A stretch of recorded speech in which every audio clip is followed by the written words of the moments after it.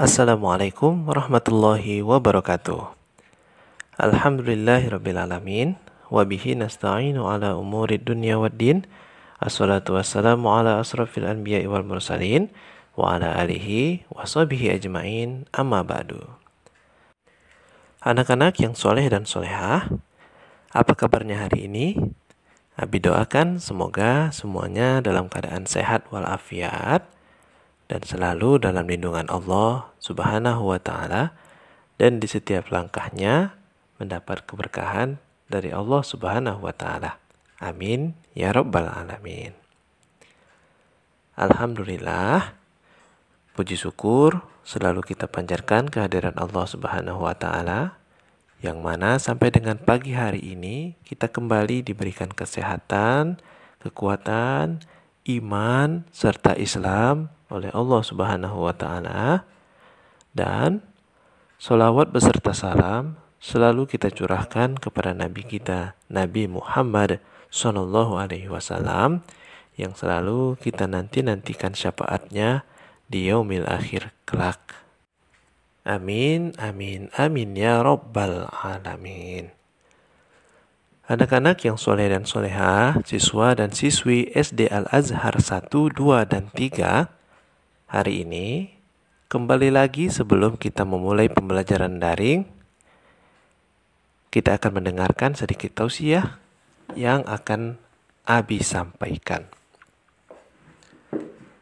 Pada hari ini, tausiah yang akan Abi sampaikan akan Abi berikan judul Adab Ketika di Kamar Mandi.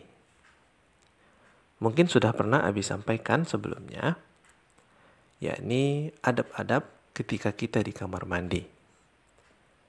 Dan marilah kita ulang kembali dan kita ingat kembali apa saja adab-adab yang harus kita lakukan ketika kita berada di kamar mandi.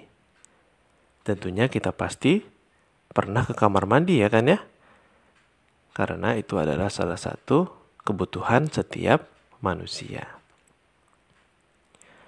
Karena salah satu aktivitas yang seringkali dilakukan di pagi hari adalah keluar masuk kamar mandi. Entah itu hanya untuk cuci muka ataupun mandi pagi. Aktivitas tersebut pasti kita lakukan minimal 1 kali dalam sehari. Sebagai umat yang beragama Islam, keluar masuk kamar mandi juga ada adabnya atau tata caranya, agar apa yang kita lakukan menjadi nilai pahala bagi kita. Salah satu adab atau tata cara ke kamar mandi yaitu berdoa pada saat masuk ataupun keluar dari kamar mandi itu, yang tentunya kita sudah menghafalkannya ya.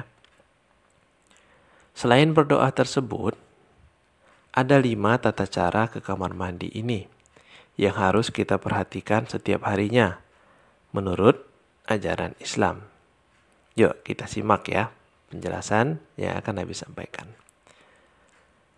Masih ingat?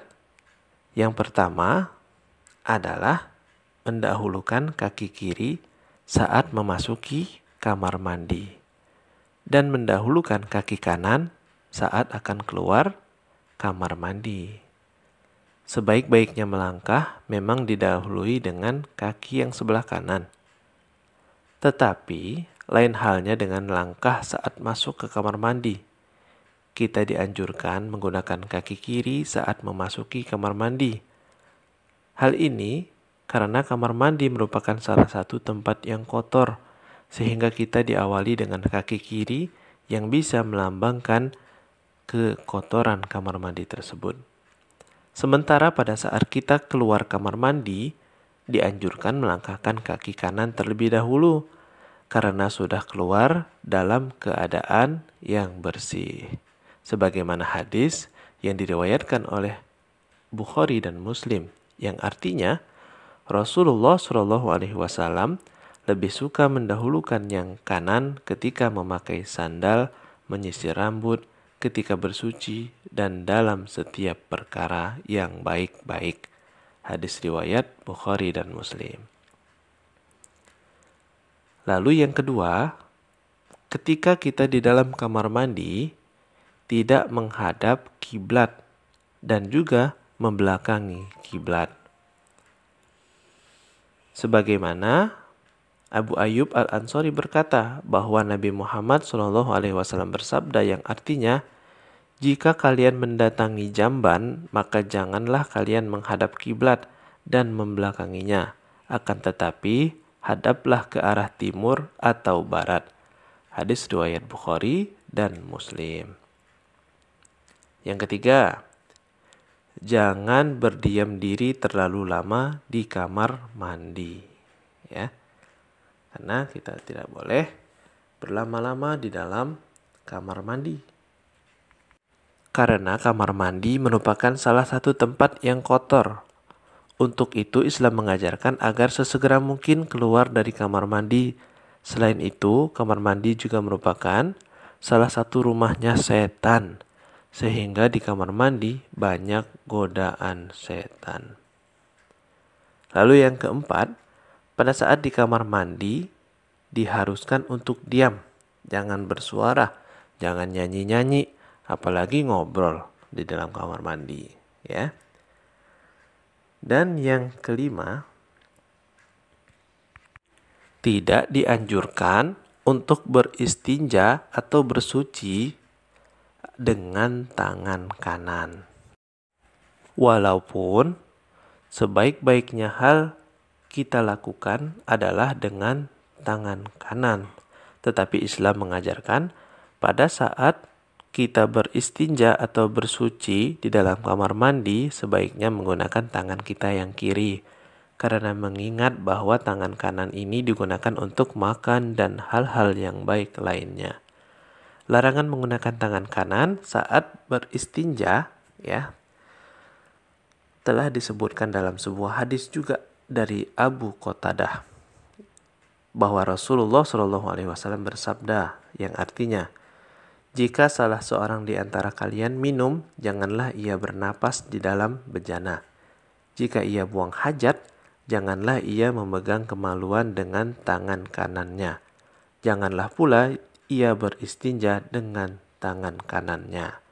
Hadis riwayat Bukhari dan Muslim.